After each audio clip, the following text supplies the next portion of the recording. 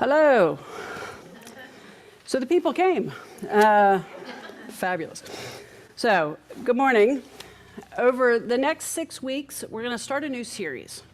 It is helpful for me to look at the lectionary over chunks of time and, like 6 or 8 weeks and say, what are the messages that we hear in these next 6 weeks? Instead of just thinking about everything 1 week, kind of episodically. So our series that we're going to start, it's called Participating in God's Story. And it's about what it means to be a part of something bigger, God's ongoing work in the world. I think it's really easy to think of God's story as something that's already been written, that, God's plan has been set in stone and that it's just done. But I don't think that's how God works. God's story is alive. It's happening in our world. It's happening in our lives. And the amazing thing is that we are an actual part of it, an active part of the unfolding of God's story. And so this week, we start with a story from the Gospel of Mark, right? We have James and John. They ask Jesus for something big. They want seats of honor, and they want to be great. But Jesus has a different vision of greatness, one that turns everything upside down. And that's where we're going to begin. So we find James and John, they come to Jesus with this crazy, bold request and say, let one of us sit on your right and the other on your left. We want to be in your glory. We want the best seats, the positions of honor. And it's easy to look at this request and say, well, that's a bit self-centered, isn't it? But I think that when we think about it, we totally get where they're coming from, right? I mean, who doesn't want to feel important? To know that they really matter, that they're significant, that they're seen as significant. And we all have moments where we want to be recognized. We want to be sure that we're in the right place and we're doing the right thing. But Jesus responds in a way they did not expect. He said, you don't know what you're asking. Can you drink the cup that I drink? And he's talking about the cup of suffering and sacrifice. And he's asking them, are they ready for the full cost of following him? Not just the glory, but the hard parts too.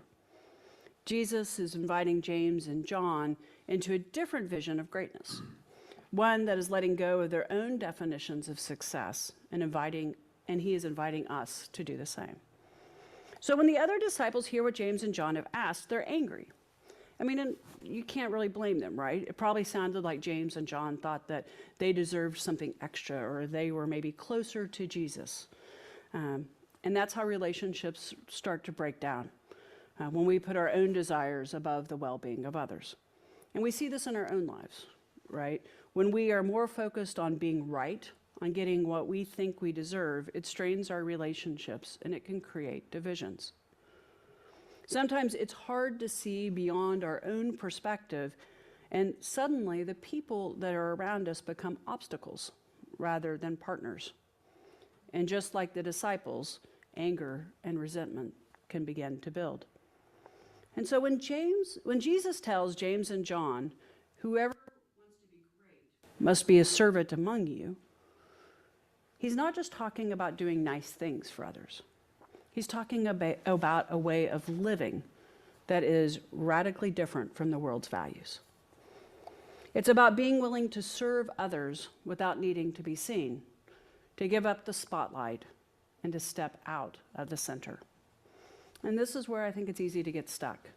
We hear the word service and we think immediately of feeding the hungry or volunteering or donating to those in need. And those things are absolutely important parts of service. And they are real ways that we participate in God's story. But there's more to service than that. And I want to focus on this other thing because I think we're really good at how we show up and give things, how we give of our time, how we serve our community. And this, that St. Clair's is known as a church of deacons because of all the service that we do out of this church.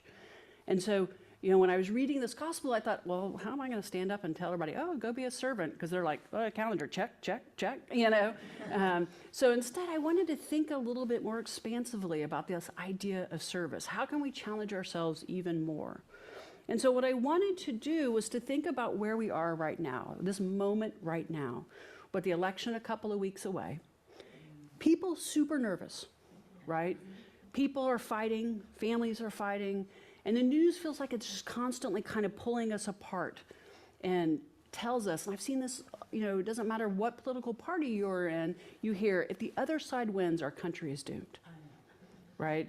I mean, at this point, I don't know if anybody's going to be left in the United States because everybody says if the other side wins, I'm leaving. And I'm thinking, who's going to be here? But everyone is sure that they're right. And everyone is holding very tightly to their positions. And they're just convinced that they hold the only truth. And in this moment, what does it look like to serve? What does it mean today? How do we participate in God's story when the world around us feels so divided? So Jesus' invitation to serve, I think, means rising above our own desire to be right.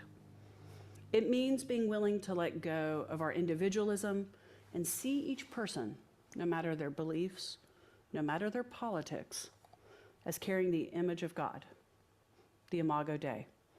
It means choosing to see others not as enemies, but as people that God loves.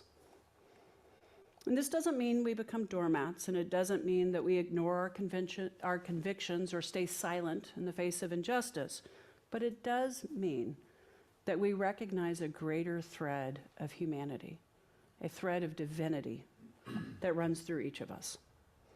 It's about seeing the person across from you, even when you disagree, as someone who is created in God's image, as someone with their own story, their own struggles, and their own worth.